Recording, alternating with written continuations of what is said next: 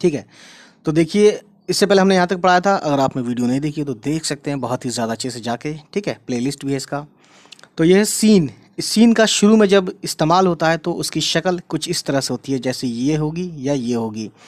वैसे एक चीज़ और बता दूं, ये तो कॉमा है बीच में, है ना। सीन ये है और बड़ी शीन ये है, या श साउंड पैदा करता है, ये स साउंड पैदा करता है। तो इस शीन और सीन में फ़र्क यह है कि श वाले में यानी शीन में 3 नुक्ते होते हैं इस तरीके से। अगर इसका शॉर्ट फॉर्म सेम है, बस क्या है 3 नुक्ते दिए हुए हैं, सब कुछ सेम है। अगर आपने ये सीन लिखना समझ लिया तो समझ लीजिए ये भी लिखना समझ लिया, है ना। अब देखते हैं गाइस। गाइस सीन से एक वर्ड है सबक। सबक बोलते हैं इंग्लिश में लेसन, या हिंदी में बोलते हैं पाठ।